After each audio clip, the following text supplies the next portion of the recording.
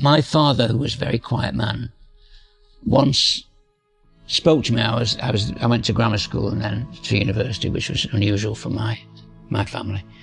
But he said, "Billy, I want to say something to you." And he drew a line on the floor and said, "This line is the line of responsibility in life. All your brothers and me, we've stayed this side of the line. Somebody's told us if we've got a job. Somebody's told us if we've got overtime. Somebody's told us whether we can have meat this weekend. I want you to step over the line." Do not be frightened of failure. Failure is sometimes good in the sense that you need to fail to learn to be better next time, but you have to be big enough to accept failure. You have to cross the line. And that was my impulse, to be courageous. I've never not crossed the line.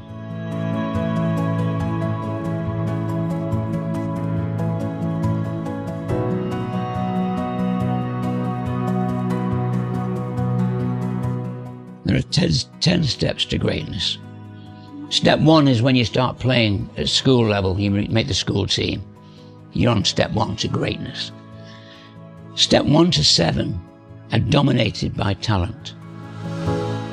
Have you got the talent to go through to the next stage? People are looking for talent at that stage. But you get to stage 7 and that becomes the moment of truth, because then it becomes very, very challenging.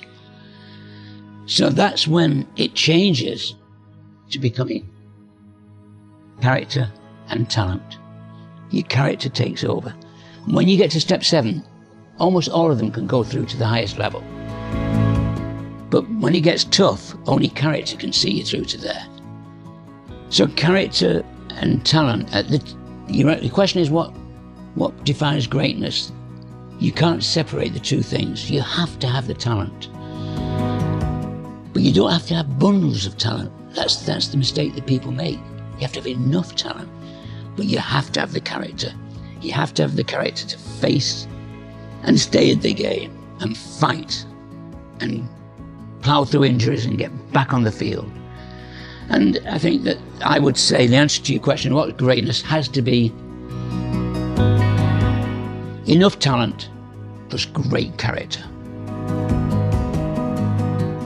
There is a lesson being learned as we go along, and that is the process is the key thing, not the outcome. The outcome is, I want to win a gold medal. Fine, you want to win a gold medal? Put it on the shelf, there's the gold medal. Now let me tell you what it takes to win a gold medal. This is the process you're going to have to do. And then the athlete now has got to commit to the process. I coached England 66 times at basketball. I can remember 3 results, but I remember the process. I remember the moments, the people, the friendships, the humour. And I think that's what, it's a very important lesson in sport, is to be driven by the outcome, but also to love the process. I mean, the process is so, you learn so much about yourself. You become such a better person because of the process, because you're committing to something and you're really working hard. And that's energizing, that's life enhancing. Life is 8 out of 10. It's how you deal with the 2 that counts. We're all good at dealing with the 8. It's dealing with the 2 that counts to having a successful life.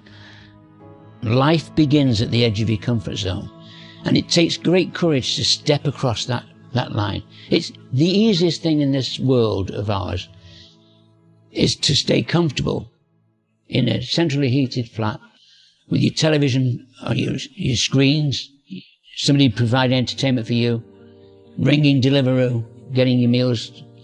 It's easy. We are looking for people in our society who step out of that and face challenge. And that is difficult. So they come to us because they need somebody to take them up in the helicopter, look at the big picture and say, at the moment you feel like this challenge is overwhelming you. Look at it. It's okay. You've got so many good things in your life. This is just one little thing. You can deal with this.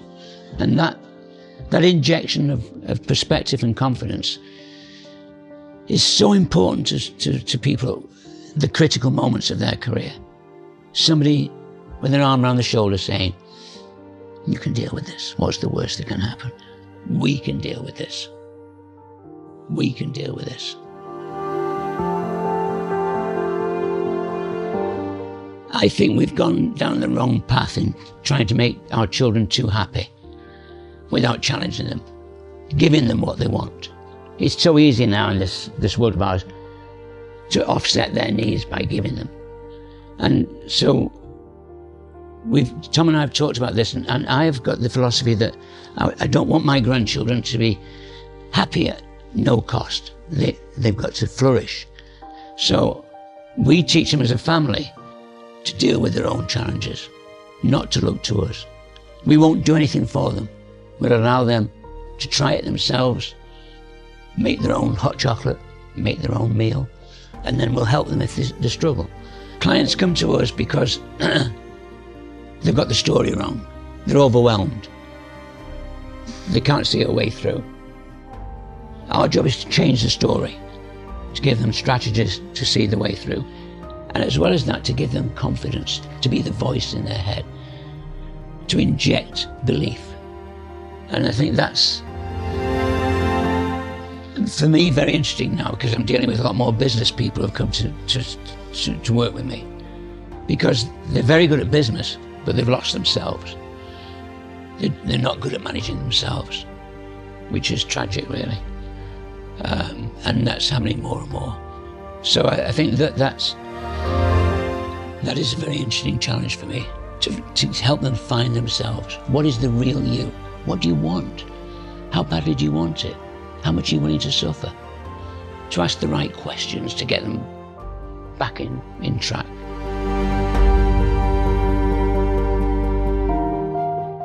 Sorry, my voice is going a bit. It's a Parkinson's problem. I've got Parkinson's the same time as two other of our friends, similar age. And I've emerged from it far better than them, luckily. But I think one of the reasons is that the things we're talking about, I apply to my Parkinson's. Every day, there's a great story one of my players sent me. Clint Eastwood was playing golf.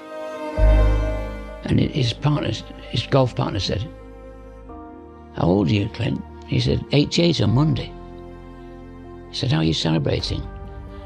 He said, I'm starting a new movie. He said, how do you manage? He said, I wake up every morning and don't let the old man in. I wake up every morning and don't let the old man in. And I think that's what sports psychology has done for me at this stage of my life.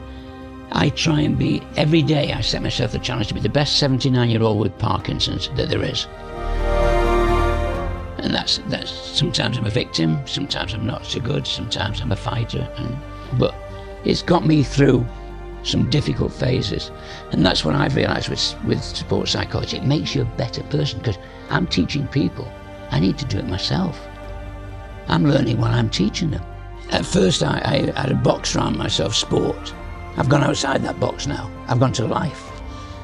And I've realised that high performance, most people are high performers. If you're a mum with 3 kids and you get through the day and you put them to bed fed and clean, that's a hell of a performance. And so our lessons are for everybody. And I think the key learning moments, critical moments, unfortunately tend to come when we break down. And our job is break down to break through. We've got to find a way to break down. But often relationships only, because when you're in breakdown, you face the truth. There's nowhere else to go. A relationship breaks down. You've nowhere else to go. All the lies disappear, all the pretense disappears, and you've got truth staring you in the face. What are we going to do about this? What's happy? Tell me when you're happy. And when is enough?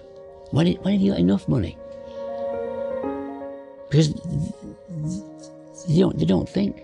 They're on a roller coaster.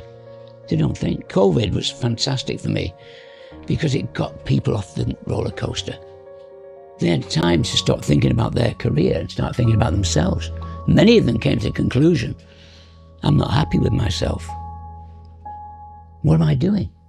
There's no richness in my life. So it's